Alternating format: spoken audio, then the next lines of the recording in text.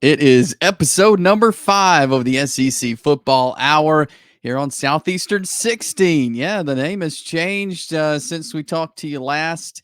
I'm Chase Robinson. Got Chris Lee with me as always, and we're going to spend the next little bit talking some SEC football as we are so excited to do each and every week. But yeah, it's exciting. We got a lot to dive into, and we're going to spend a lot of time, obviously, with the name change, Southeastern 16.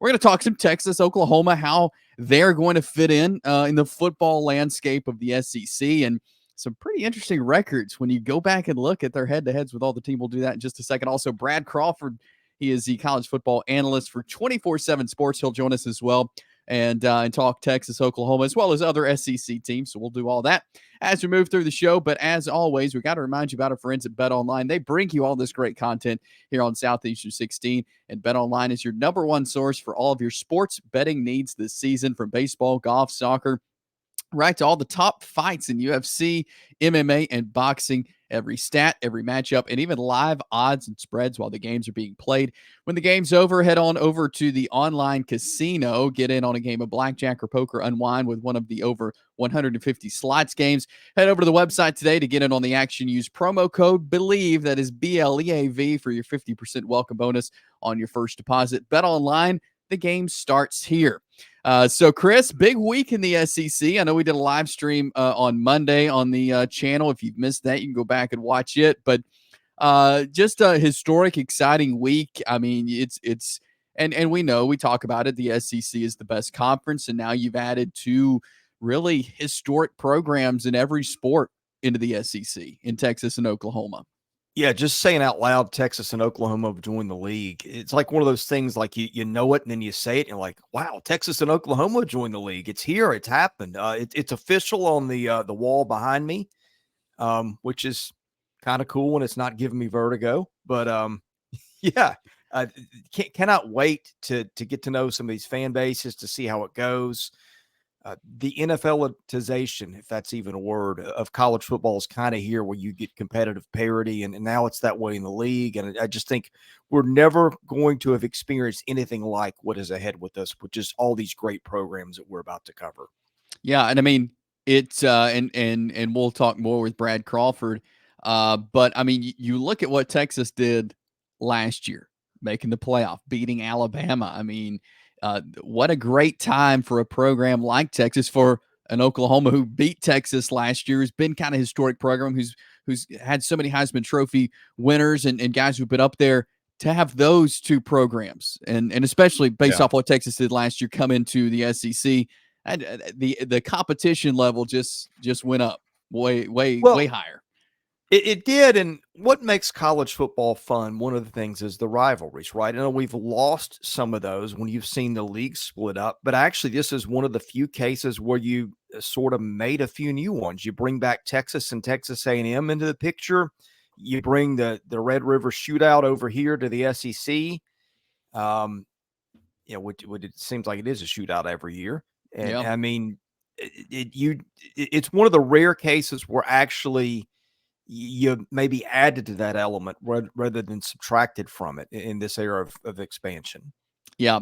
And you know what's interesting, and this is how we're going to start our first segment here, is kind of look at some of the numbers. And I thought this was really interesting, the records that Texas and Oklahoma have against the current 14 SEC schools. So we're going to start with Texas and take a look at head-to-head records here. So this is Texas versus the SEC, and the total record is 192, 94, and 4. That is the record, Texas versus the SEC. So obviously it's a big winning record for the Texas Longhorns. But some of these are really surprising. Alabama, Texas leads that series 8-2-1. Arkansas and Texas form a big rivalry there, 56-23. Texas leads that series. There's some teams they haven't played a lot, Kentucky being one of those, Florida, Tennessee, South Carolina. But you see there's two schools, South Carolina and Vanderbilt, that actually lead the series against Texas. South Carolina got the win over the Longhorns, and then Vanderbilt's gotten a few wins over the Longhorns as well, which I thought that was an interesting. But looking over that, Chris, that it's so interesting to me the success that Texas has had over all these SEC schools. Yeah, no, I would like to know how many of these games were played before either of us were born. I think that probably accounts for at least half of them. And then if you throw out Texas A&M, well, although they hadn't played in a while, so maybe a lot of those games are from that era too. But in the Arkansas, speaking of rivalries, the Arkansas rivalry, that's another one we get back here. But I think what's most impressive here is, the SEC's always been a good football league. I mean, this just in, water's wet, the sky's blue. But to see Texas, because I think we're going, okay, it's all fun and games. Texas, you've had a nice run of things, but now you're doing in the SEC where it's tough every week. Well, Texas is doing a hold my beer on all of us here because the records stand up pretty well historically. Yeah, they do. And again, against some really good historic programs like an Alabama, like a Georgia, and things like that. So yeah, I thought that was really interesting, just the success that Texas is bringing, and the fact, as you noticed, they have played. And again, a lot of this could have been years and years ago, but they've played every SEC school, which I thought also was interesting that they've actually played all of these teams. There's a history between Texas and every other SEC school. It seems like by accident they would have played Kentucky more than once, but yeah, there it and is. that was like in 1950 or something. So so would that have been a Bear Bryant game? Maybe. Yeah, I don't know. Possibly. I can't remember the years there, but possibly, yes. So that's Texas versus the SEC. Now, looking at Oklahoma, there's a couple of schools on here, as you'll see, that Oklahoma's never played. They've never played Mississippi State or South Carolina. And they have played, as you see, these teams less. Their total record, again, is a winning record for Oklahoma, but 120, 49, and 3. As you see, they have winning records over Alabama, Arkansas, Auburn, Kentucky, Missouri, Tennessee, Texas A&M, and Vanderbilt. So they also have had tons of success in the times that they've played. Yeah, may have played Missouri more than all the rest of them combined. So that's kind of interesting. So, yeah, looking forward to seeing them too. I'm trying to remember, the Oklahoma hasn't been a fixture on a lot of SEC schedules. I know Oklahoma and Tennessee played a couple of years back, but that doesn't seem like an in-season rivalry we've seen teams run across. You see some bowl game matchups and things like that, but looking forward to seeing more of Oklahoma versus the teams that we've come to know. Yeah, and you would have thought, I would have thought, and I know Alabama and Oklahoma had a home and home back in 02 and 03. They've met in some postseason, but I feel like that's two kind of helmet programs, two like historic programs. I would have thought they would have played more than 6 times. Yeah, I would have thought they would have played Arkansas maybe more than the 15 times too. Yeah. That would be another one. Yeah, for sure. So, but again, Oklahoma has a winning record against the SEC. And so, I just thought looking at those numbers were very interesting, Chris. And the fact that this is not new territory for Texas and Oklahoma. They've been around the block with these teams, and they've had success. And so if you're sitting there saying, and I know a lot of the SEC fans are, not as welcoming as others, but these teams, they're ready. I mean, they're ready for what's to come in the SEC. There's no doubt about it. Well, and if you're naming the top 10 or 12 programs historically, there's a lot of ways you could come up that list. I think Texas and Oklahoma would both likely be on that list, which, it says a lot about them joining the league.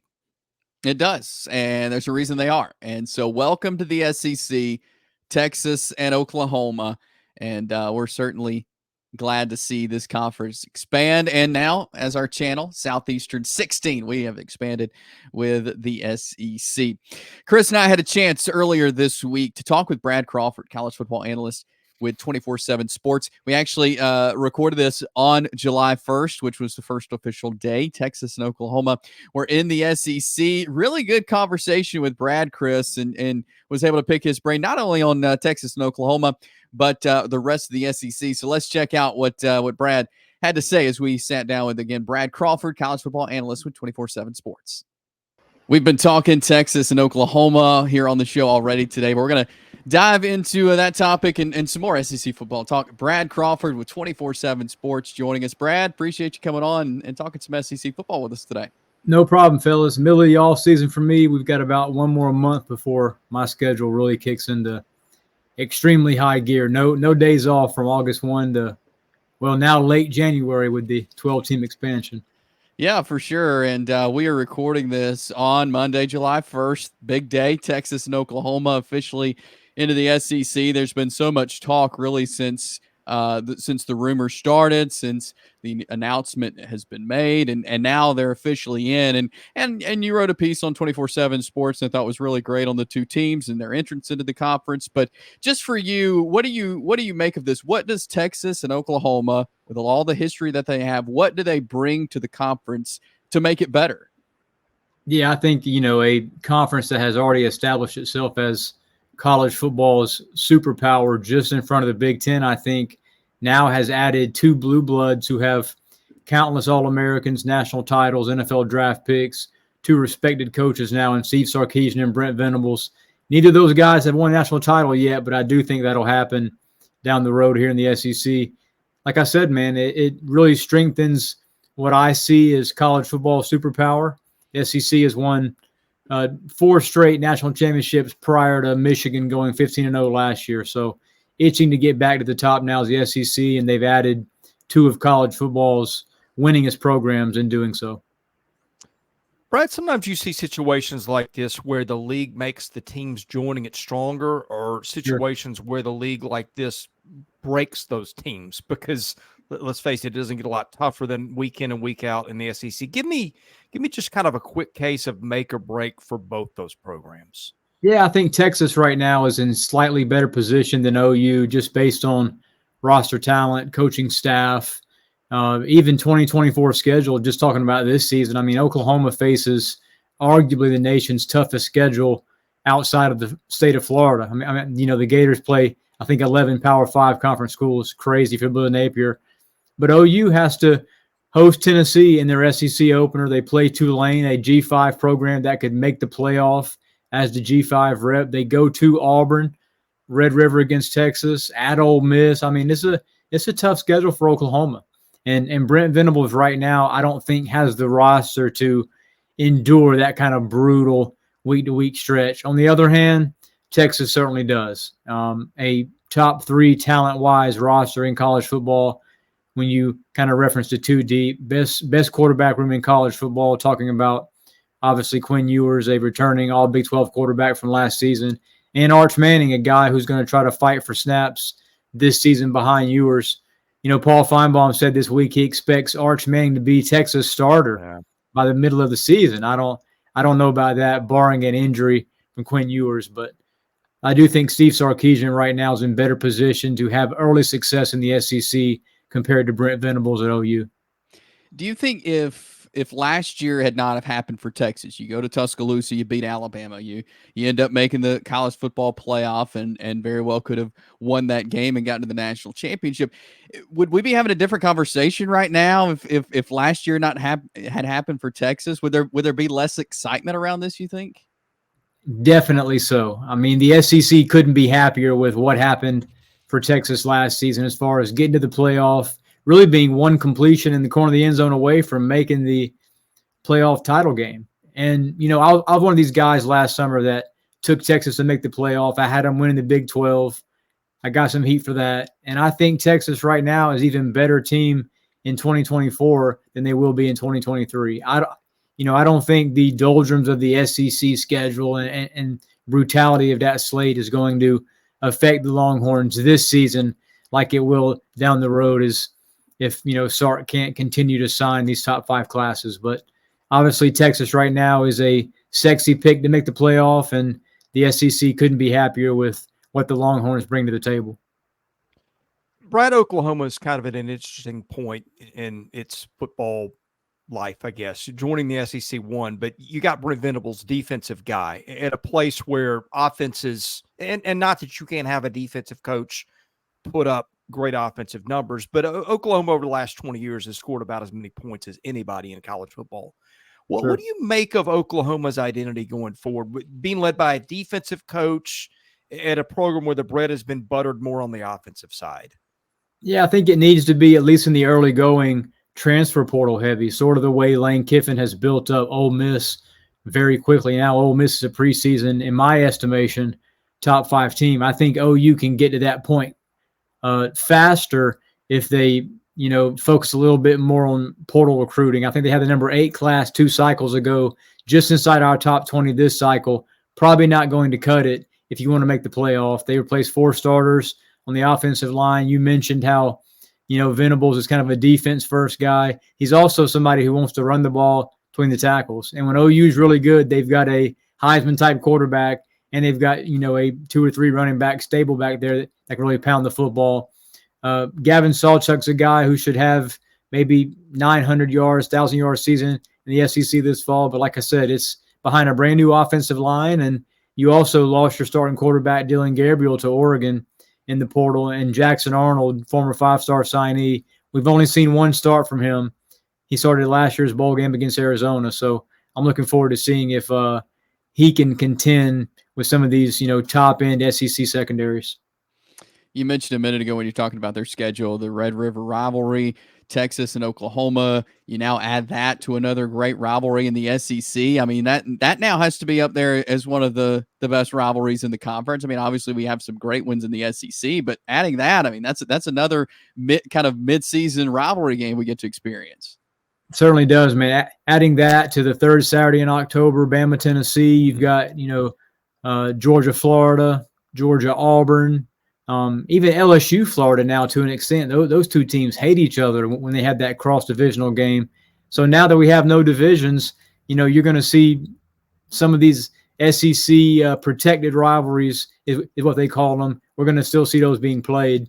I'm kind of in South Carolina country down here in the Carolinas, and this is the first time the Gamecocks haven't played Florida, Tennessee, or Georgia on the schedule since they entered the SEC. So you're going to see some scheduling quirks, I think, but for the most part, some of these big-name rivalries, especially Red River now moving forward, we should see those games played annually. Well, Brad, you left one rivalry out, and there's a lot of them. Iron Bowl. Texas, well, there's that one, but I was thinking more Texas A&M, because I don't know how much you follow baseball, but the whole situation went down this week with Texas taking A&M's baseball coach and all kinds of stuff allegedly going on behind the scenes. How does that change the rivalry, that dynamic, plus these 2 being in the same league now? Yeah, I took some flack a few months ago when I took Texas 11-1 regular season, the lone loss coming in College Station there at the end of November. That'll be a wild affair at Kyle Field. I'm looking forward to, man, to seeing that rivalry. Obviously, it's a game that hadn't been played in, I think, more than 10 seasons, which is just crazy considering, those 2 rabid fan bases and how much they hate each other. One more rivalry game that I think that we're going to see kind of turn into one down the stretch the next 5 to 10 years is Texas, Georgia. Those are 2 teams. Yeah. I think Texas is trying to supplant Alabama, in that elite tier. Obviously, we're going to see kind of a wait-and-see approach with Kalen DeBoer, but Texas, Georgia is a game that if we see it played annually, whether it's in the regular season, in Atlanta, or in the playoff, that should be a game that garners, ample attention. Yeah, and that's for sure. And we could talk Texas and Oklahoma for a while, but I want to get your thoughts on some other SEC programs. And you mentioned Kalen DeBoer a second ago. I wanted to get your thoughts on Alabama just because, I mean, we haven't seen this much change at Alabama in the last 17 seasons. And we know what happened under Nick Saban. Now you got a coach in Kalen DeBoer who's won a lot of football games. Do you think that translates to Alabama? How does it go in year 1 in Tuscaloosa? Yeah, man, I've been on the fence about taking Alabama to, be one of my 4 teams in the SEC's playoff distinction. I mean, it's been tough for me between Georgia, Texas, and Ole Miss. I think those 3 teams are going to be playoff locks this season. And that 4th team, man, is either Alabama, LSU, maybe Missouri, maybe Tennessee. I'm a big fan of Jalen Milroe. I think he takes that next step in his development. Alabama did lose some key guys on defense. Dallas Turner, they don't have an edge guy right now as good as him. Deontay Lawson can obviously be that guy. And then, watching Bama spring game, I know we can't take too many strong takeaways from that, but I don't see a wide receiver one right now on that roster. And that's something that we haven't been able to say, in a decade plus at Bama. They've had some dogs at that position. So I need to see more playmakers around Milroe before I'm ready to put Bama, maybe 10-2, 11-1. But I mean, DeBoer's a guy, if there's one thing he knows, it's how to produce yardage and points. So I do think with the talent in Tuscaloosa, he should have a pretty good first season.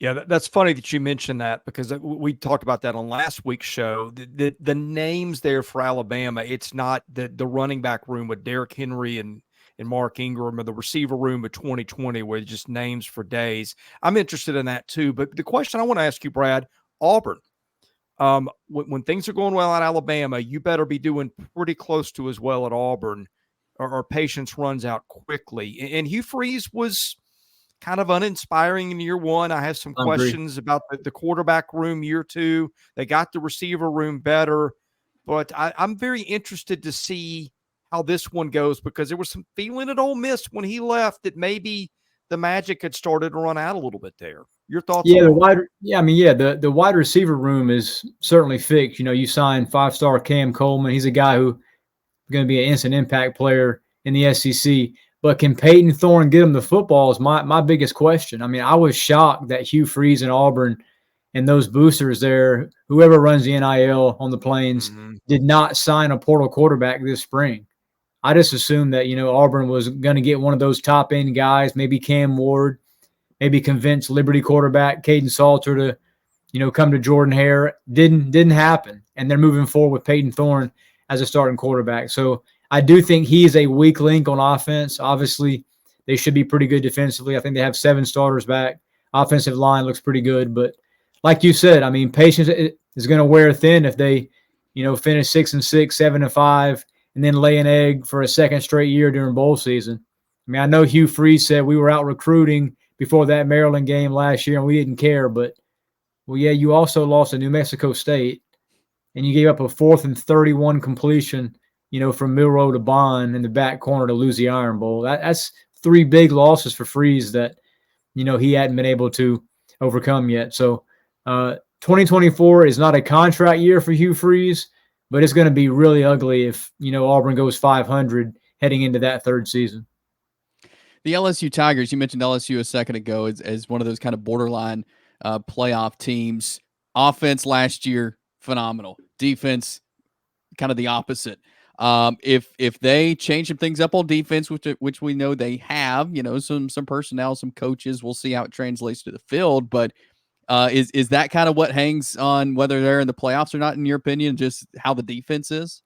Yeah, I think getting Bo Davis, D-line coach from Texas, was a masterful move from Brian Kelly, and then he swipes Missouri's top coach and Blake Baker to call his defense.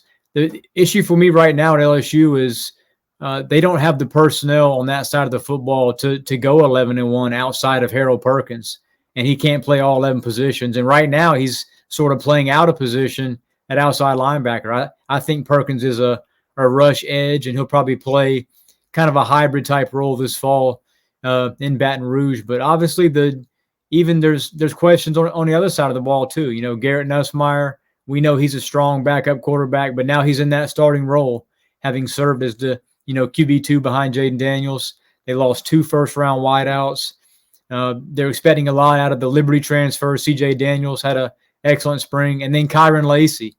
He's a wide receiver who has been on campus several years but hasn't had that breakout campaign, that they really wanted to see. And then the backfield, there's some questions there too. So I don't have LSU right now as a, team that can withstand this schedule and get to the playoff. But they're certainly in that, second tier mix behind Georgia, Texas, and Ole Miss that, that game against Alabama in November, fellas, that might determine that 4th SEC playoff team. Brad, this really hadn't occurred to me until I started really diving into the roster. Are people sleeping on Florida a little bit? I know all the talk has been on the hot seat, right, and the schedule. And look, I think they have got a tough climb. You talk about toughest schedule in the country. Find me one tougher than Florida, and that makes an interesting debate. But, I mean, they've got some dudes. Graham Mertz had a nice year. They got Eugene Wilson. They got Montrell Johnson, who's had a nice career. They've got some offensive linemen with some experience. Any way they can kind of outrun the schedule and maybe surprise a little bit. Yeah, could you ask me that question after the Miami opener? I mean, that's huge. Good call. If they're able to beat Miami in Gainesville, Billy Napier kind of off the hot seat, so to speak, after week one, maybe this season for the Florida, changes considerably because they've got some winnable games after that. But I know you guys have seen the last 5 weeks. I mean, I don't have it in front of me, but it's LSU, Ole Miss. I mean, it's very, very tough. And then you close against Florida State. You also play UCF in September.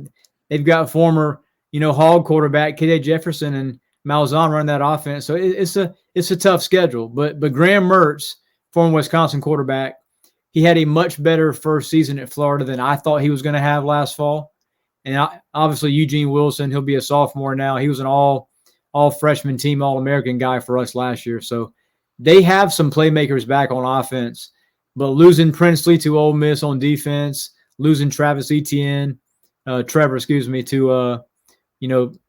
Georgia. That's 2 big losses, and I think the schedule, Florida could be 6-6 and be a very good 6-6 if that makes sense. Yeah, and I want to ask you about Georgia. Obviously, going into the season, folks say they could be back at the top. When we're having this conversation next year. What is it about this team? Is there any concerns? I know you look at the wide receiver room, a lot of new guys to play with Carson Beck, but do you see any problems with this team?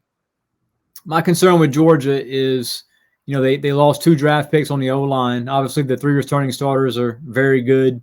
All conference caliber players, but getting through that schedule might be tough for Kirby Smart. He's won 39 straight games in the regular season, but this is by far the toughest schedule he's had to face while in Athens. They play 3 top 10 teams on the road, and that game at Ole Miss in November, I think, is a possible payback game for Lane Kiffin.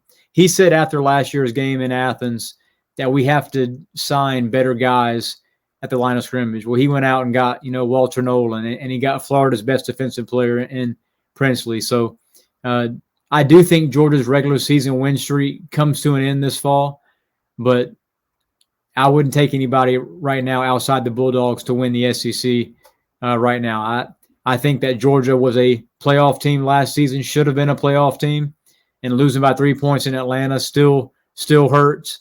They took the frustrations out beating Florida State by 10 touchdowns, I think it was, 60 points down in Miami. But this is still a team that I think is hungry, very good quarterback in Carson Beck. And, I don't really see any personnel issues to have me leave Georgia out of that 12-team playoff mix. My apologies in advance for the length of the question, but I don't know how else to set it up. You've had for the last 20 years, and in between you've had LSU and Auburn win a national title, but you go back to Urban Meyer.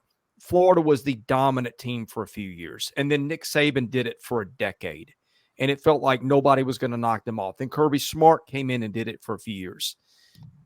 And then you have last year when you have Georgia and Ohio State both ranked number 1 in the playoff in November. Neither of them made it. And I thought the parity at the top was more than it's been in a while.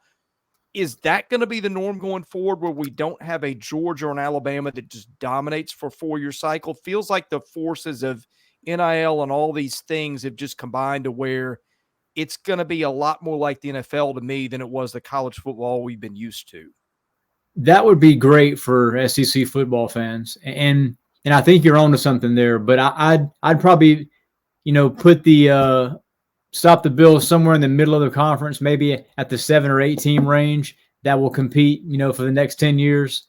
I think the Mississippi States, the South Carolinas, the Vanderbilts, the Kentuckys, even Missouri, once Brady Cook and Luther Burden leave, those schools are going to have a really tough time in this new SEC because Texas and OU aren't going anywhere. Kirby Smart's going to sign a top 3 class until he finally quits down the road in Athens.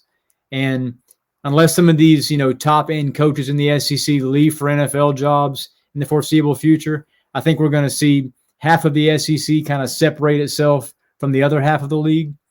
A colleague of mine, Bud Elliott, always says that half the SEC takes a check every year, and the other half is actually competing for a championship. And I couldn't agree more with that. I mean, there's a bottom tier that is just not going to sign enough elite recruiting classes to compete with the Georgias, the Bamas, the LSUs, the Oklahomas every week.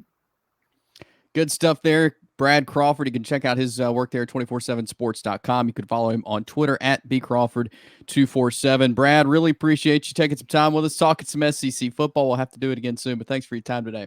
Thanks a lot, fellas. We appreciate Brad for hanging out with us, spending some time with us Monday. Really good insight, Chris, as for a guy who spends all of his time covering college football there with 24/7.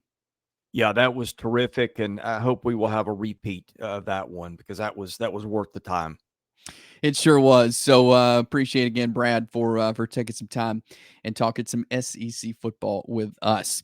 We will move now into our Who Said This fun part of the show. Each and every week, we will give a quote from a current or former SEC football coach, and the other will guess it. I'll go first this week, Chris. I think you went first last week, so I'll give you my quotes. And I'm, last week, I think it was last week, I gave you kind of a easy one, a toss up, or maybe that was the week before, and you got it. And so I made this one extra hard for you. So who said this, Chris? When a safety makes a mistake in the middle of the field, everybody should notice.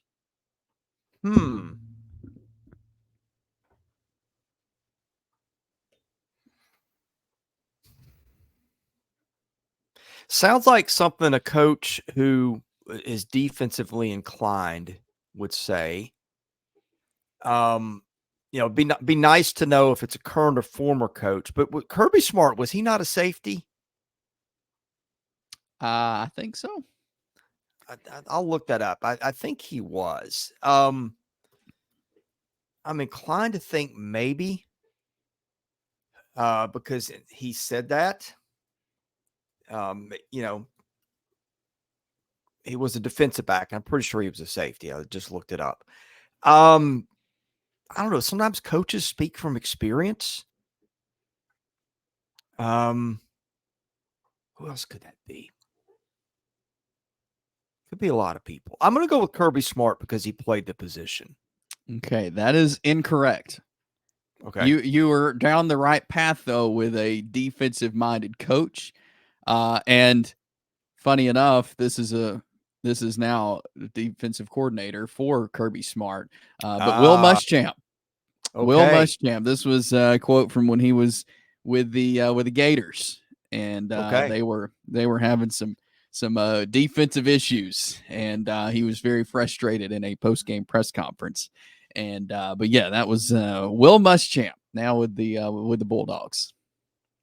All right, I've got one, and I'll be shocked if you get the coach, although you'll know the direction pretty quickly. And I think there's some context to this one because I think this is one of the more prophetic quotes that's ever been uttered in college football. And you'll see what I mean when I get done with it. All right, here's the quote. There's no way you can be Harvard Monday through Friday and try to be Alabama on Saturday.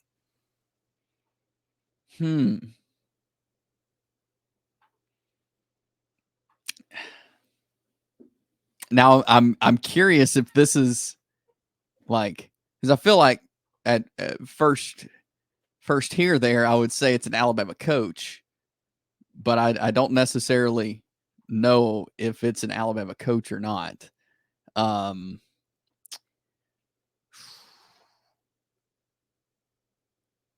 This is tough. I know you went 2 Bear Bryant quotes in a row on me, so I'm gonna assume that it was not Bear Bryant.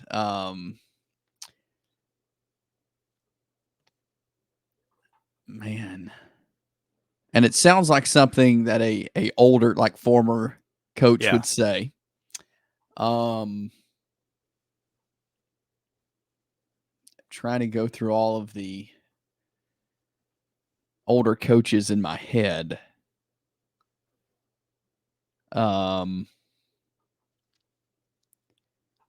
Let's see. I'm going to go with Vince Dooley.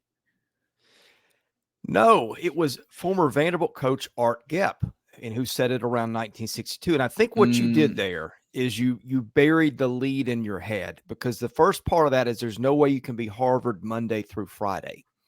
Now, the context for this quote, Art Gepp coached at Vanderbilt in the 50s and 60s. And this was at a time, and I'll give you another quote. This was kind of interesting when he was hired. This was the vice chancellor at the school at the time said, "We like his character of football and his economy of operation. Under him, we will reduce the number of scholarships by 10 and the coaching staff by 1 number. Mr. Gepp's contract at Virginia was set to expire on March 1st. Therefore, Vanderbilt did not get him to break any agreement here." The hire was made in the 50s. I'll think how different that was from football now, where you got analysts and, NIL basically underwriting walk-ons and all kinds of stuff. And they had reduced the number of scholarships by 10. It turns out that was a pretty prophetic quote said by the vice chancellor there, and a pretty prophetic quote said by Art Gepp on his way out, which again was around 1962, because from 1960 on, Vanderbilt's had 2 winning seasons in the Southeastern Conference within league play. Those were in 1982, which Vanderbilt went 4-2. In 2012, Vanderbilt went 5-3 under James Franklin. By the way, in those seasons, Alabama went 3-3. So Vanderbilt finished ahead of Alabama in 82, but Alabama went 7-1 in 2012. But anyway, just a very interesting quote. I knew you wouldn't get the coach unless you're just like a real old school football junkie. Yeah. But I went a little different direction, and that quote still has had some staying power 65 years later. Yeah, and I just learned a lot, a little history lesson there as well. And you're right, I would not have gotten that coach. That did not even come to my mind. So that was a good one. So neither one of us got the who said this week here on the show. That will lead us into another rankings. We're doing a lot of rankings. This is just show 5, but we like to rank things. So we are going to rank our top 5 defensive units. We did the offensive units last week. So if you missed that on episode 4, you can go back and watch it. They're on YouTube and also on the podcast platforms. But today we're going to rank our top 5 SEC defensive units. We'll start at 5, work our way down to 1. And so I'll go first with my number 5. And we were talking before we started recording.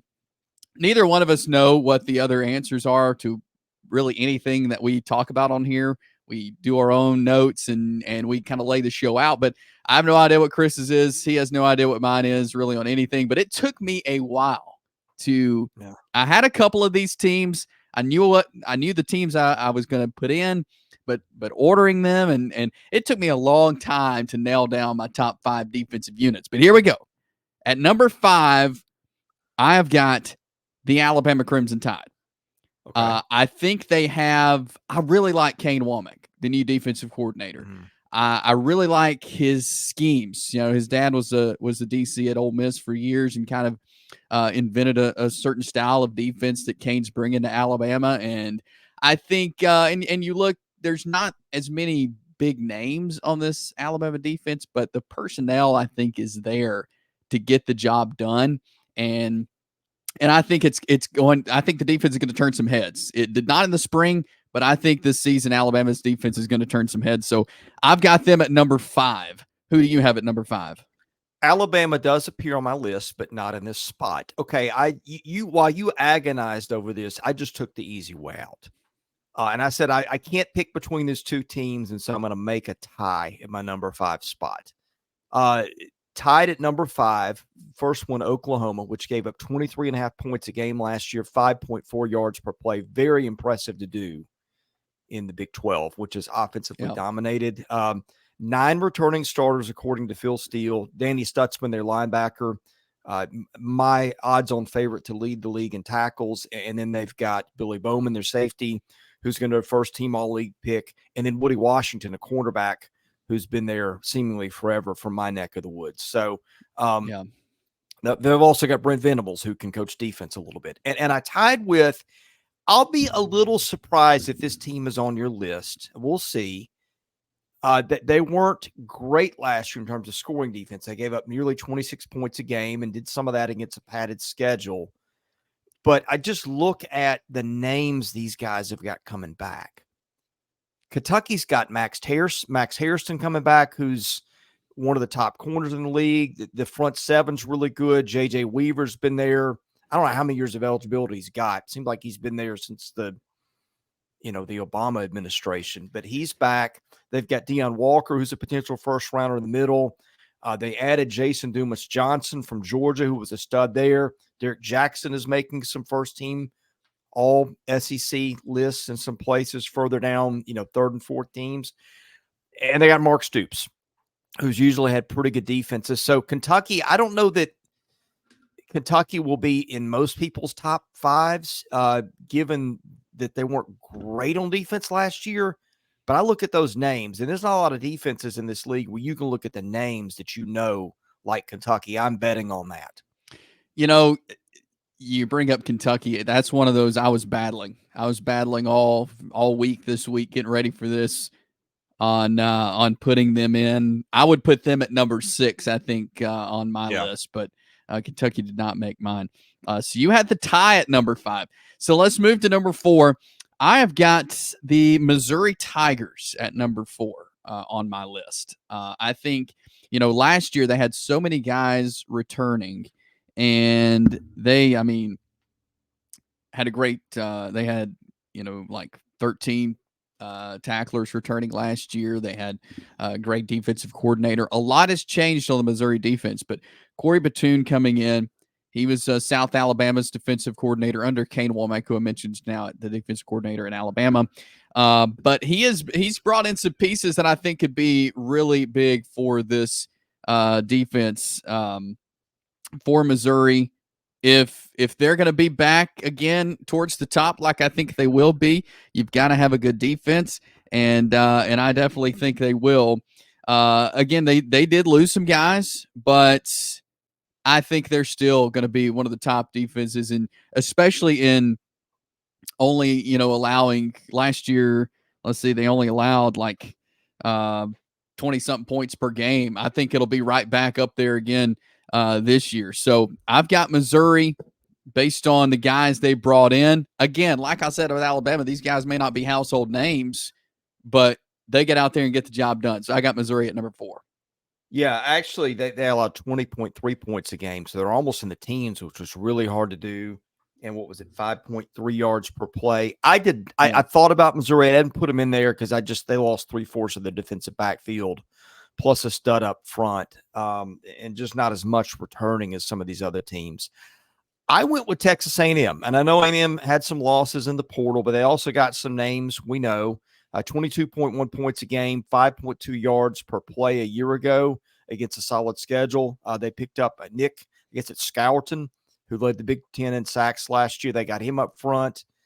They've got Shamar Turner back, who's been there a while, Torian York, who's been there a while, and Tyreek Chappell, who's been there a while. And also, speaking of returnees, they returned their old defensive coordinator, Mike Elko. So I will bet on the Aggies between the talent and the coaching that they will be in the top 5. I did not have Missouri on my list, again, for reasons that I outlined. Although Missouri, if we're judging this by stats at the end of the year, may be there just by virtue of that schedule. Yeah, and a lot of this, and I'll preface my list is predicting. I'm predicting who the top 5 will be, and so I think they'll be up there. All right, moving to number 3, I have got the Texas Longhorns at number 3.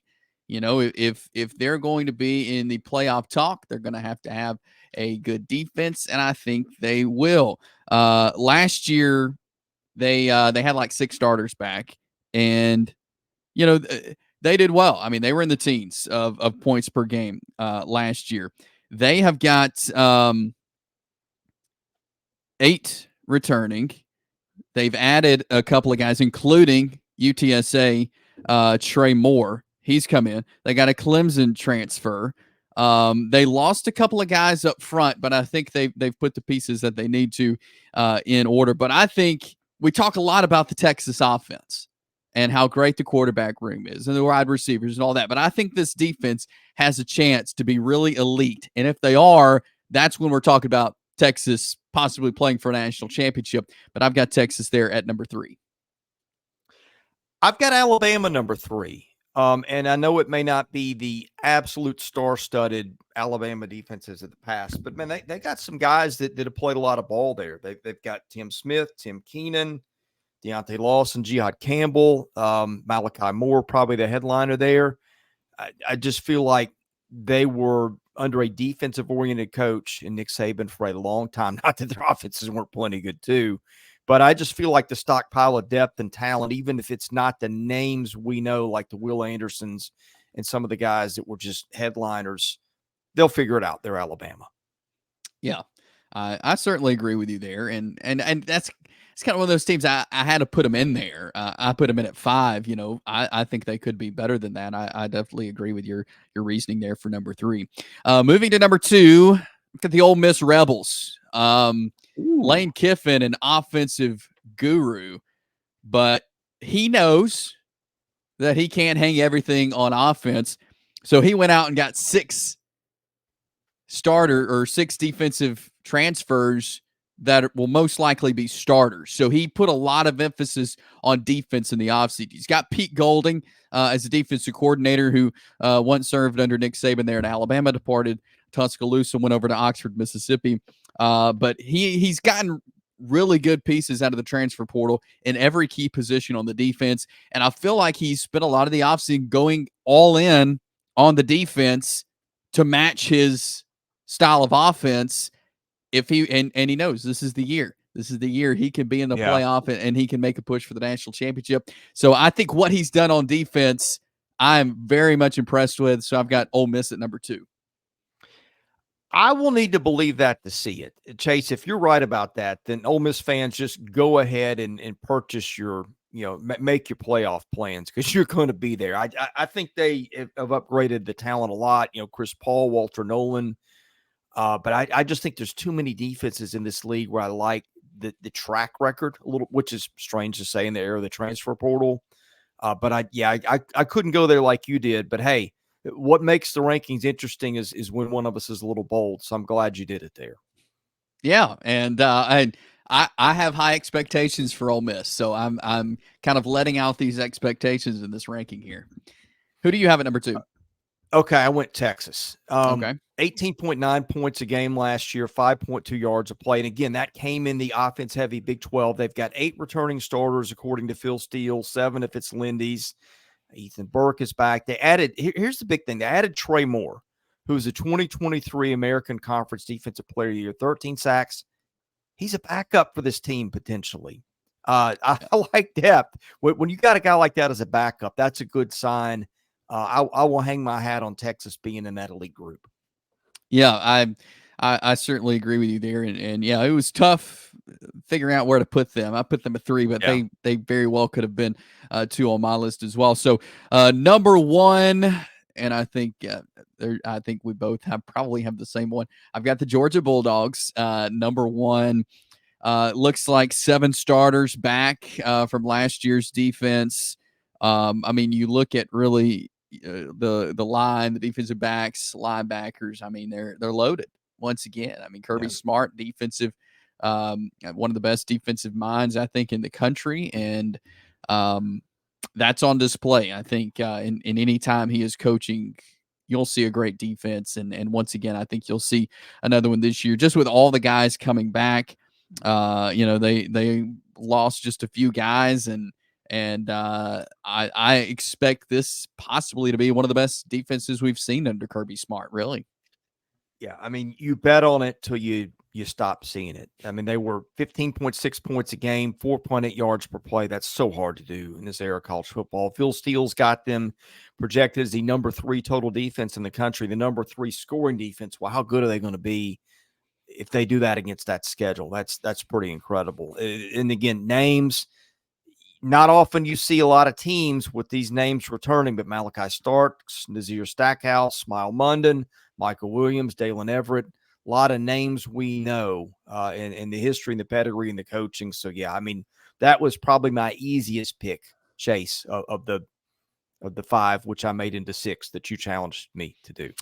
Yes. So that was fun. Yeah. We like rankings. So that was our top 5 SEC defensive SEC defenses heading into the 2024 season. And we'll be looking at different position groups and stuff like that as we move through the summer, getting you ready what is inching closer to the SEC football season. So we will head into likely or unlikely in just a second. I want to pause just a second though and say, hey, if you like our content here, if you like what you see and maybe you have a business, you want to sponsor what we're doing here at Southeastern 16 on the SEC Football Hour, would love for you to reach out to us. You can shoot us a message there on Twitter, on social media.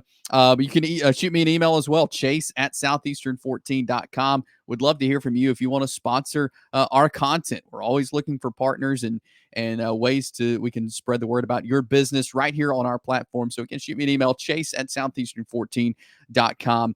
And you can sponsor our great content here on Southeastern 16 as we are growing. We've got, of course, the SEC Football Hour. We got SEC Baseball Weekly. We got the SEC Basketball Experience. So great things happening here at Southeastern 16.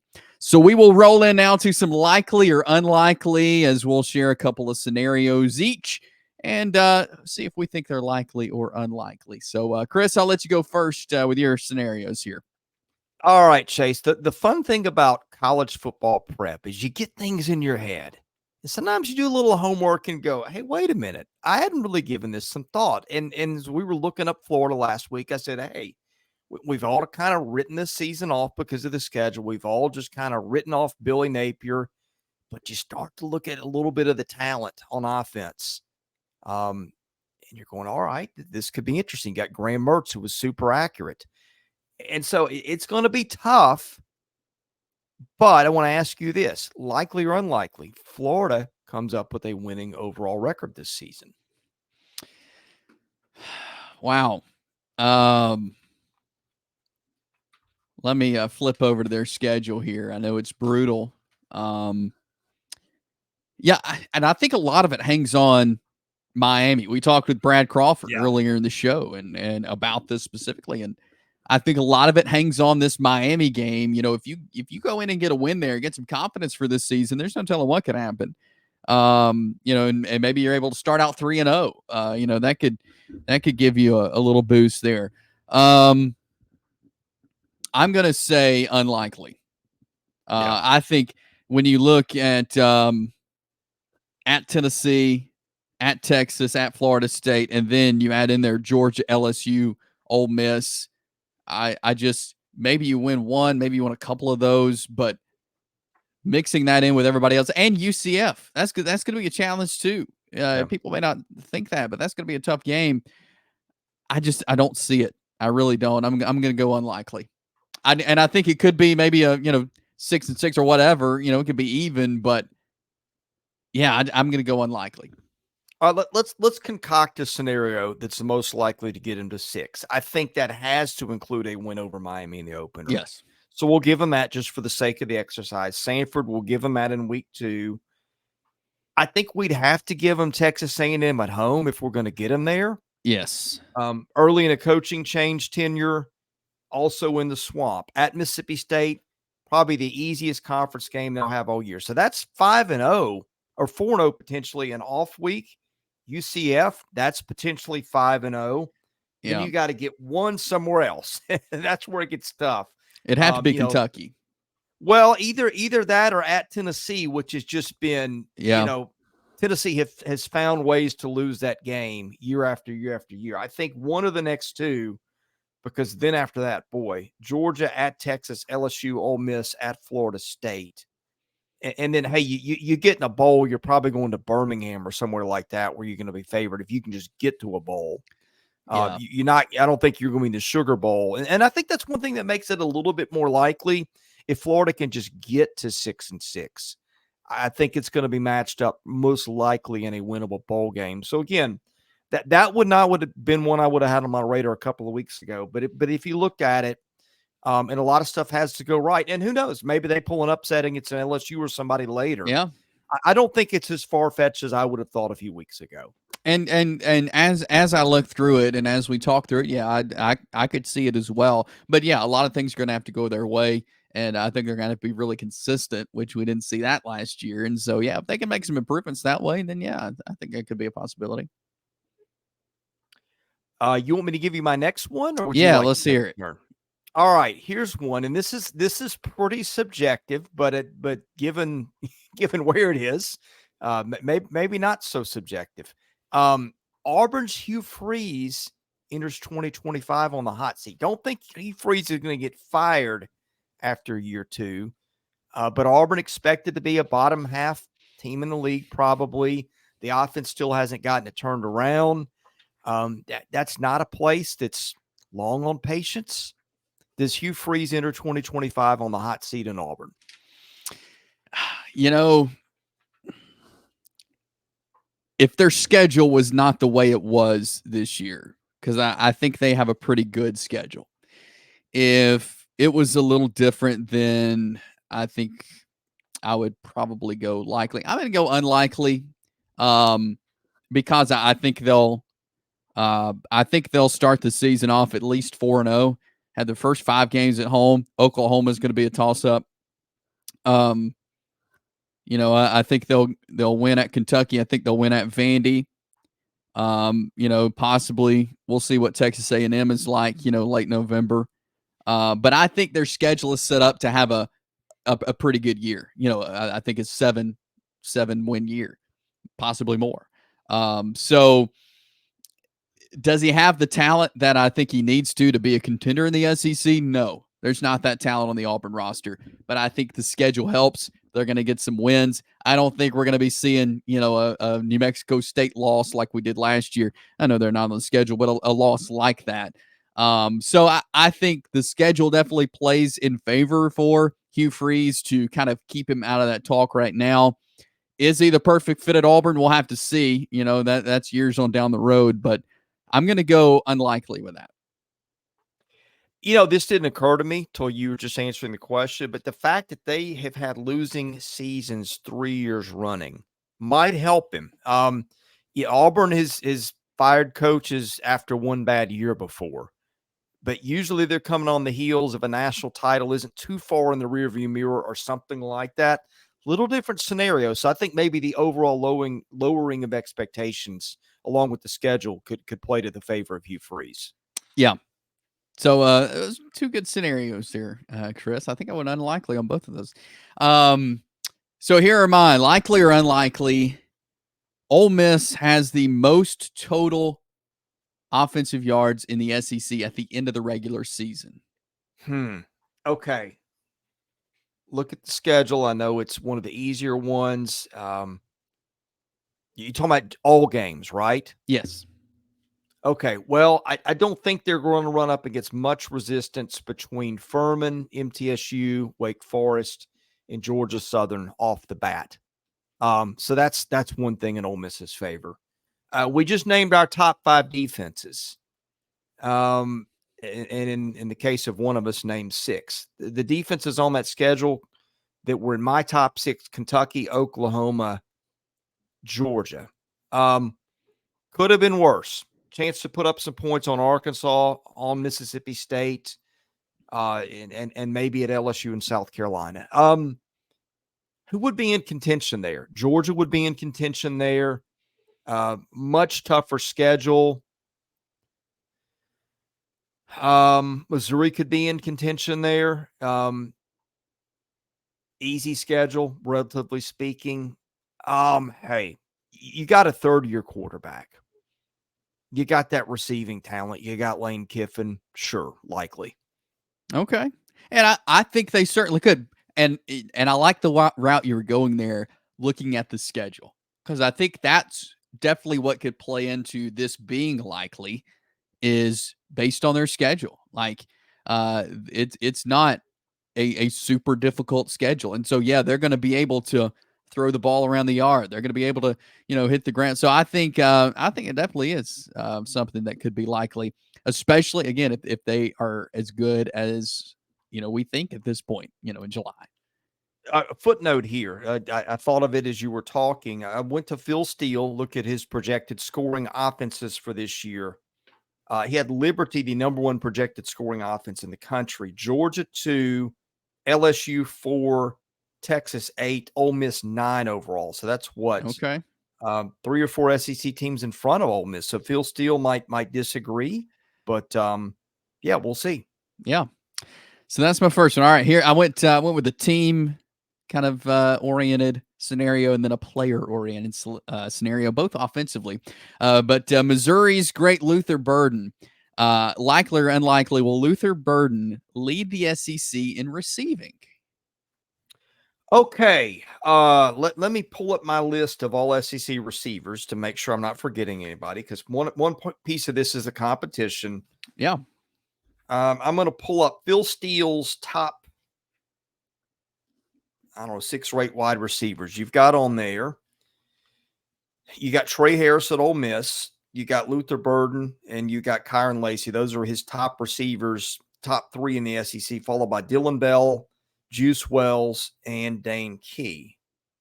If you want to go a little further, you got Lambert Smith at Auburn, Burks at Oklahoma, Squirrel White at Tennessee. Let's just stick with the top 6 for this sake. You got 2 Ole Miss guys on there, right? Yeah. Juice Wells and Trey Harris have a chance to cancel each other out. You got Dylan Bell for Georgia on there. Georgia's got a crap ton of pass catchers just all over the roster. That target share is going to get spread out, I think. Dane Key is interesting. He's also got to split a little time with Barry and Brown.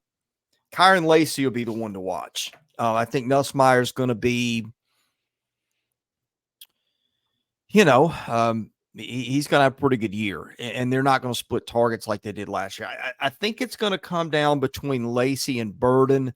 I'll give Burden the nod just based on history, and he'll catch a lot of balls, but he does have a lot of guys that have been on that roster, Mookie Cooper and people like that could steal a few targets away from him. But who are we kidding? It's Luther Burden.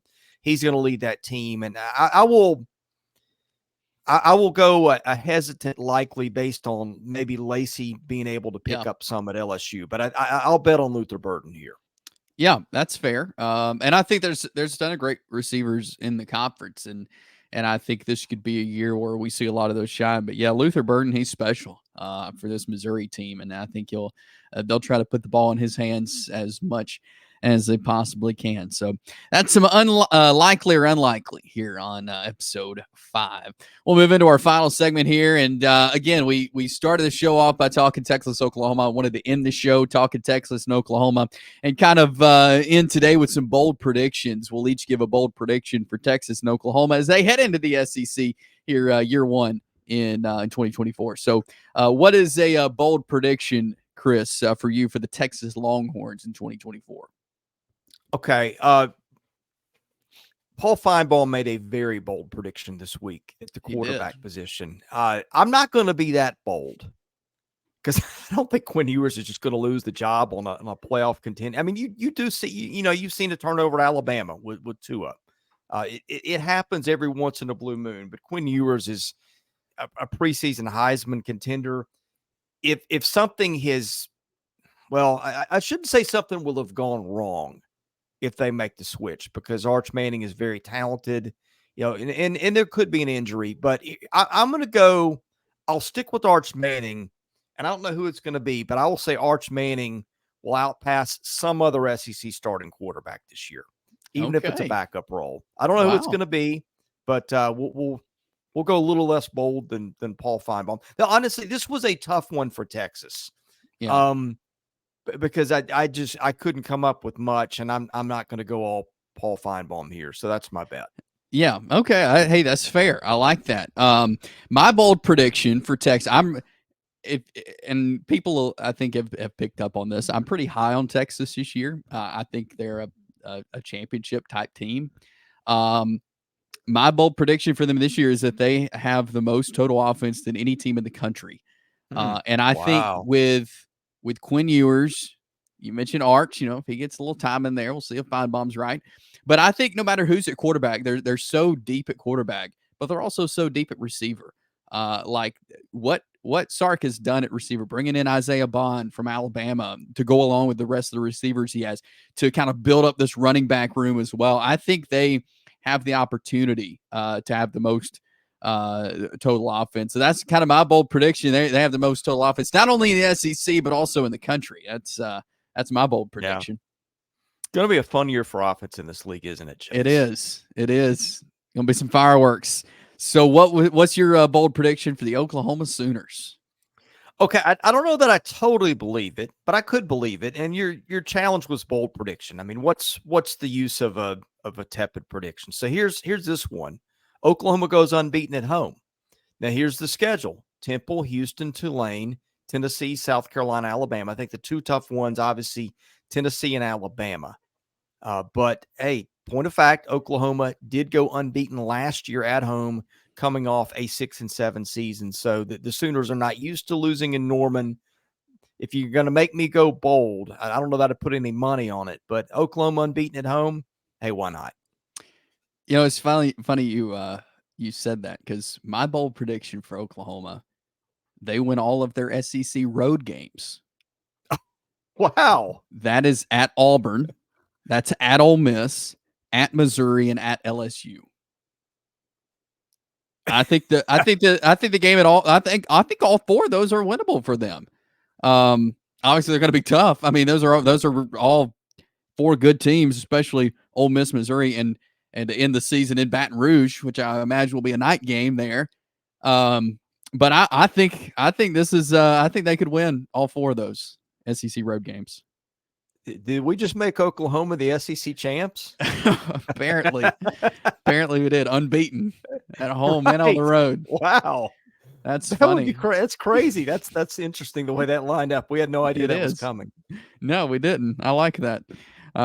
So that is episode 5 here in the SEC Football Hour. A lot of great conversation. Again, we appreciate Brad Crawford for hanging out with us earlier, talking some SEC football. And appreciate you for watching. Subscribe to our channel. Share it with your friends. Let them know. Maybe you're a new Texas or Oklahoma fan and come across Southeastern 16. Share it with your fan base.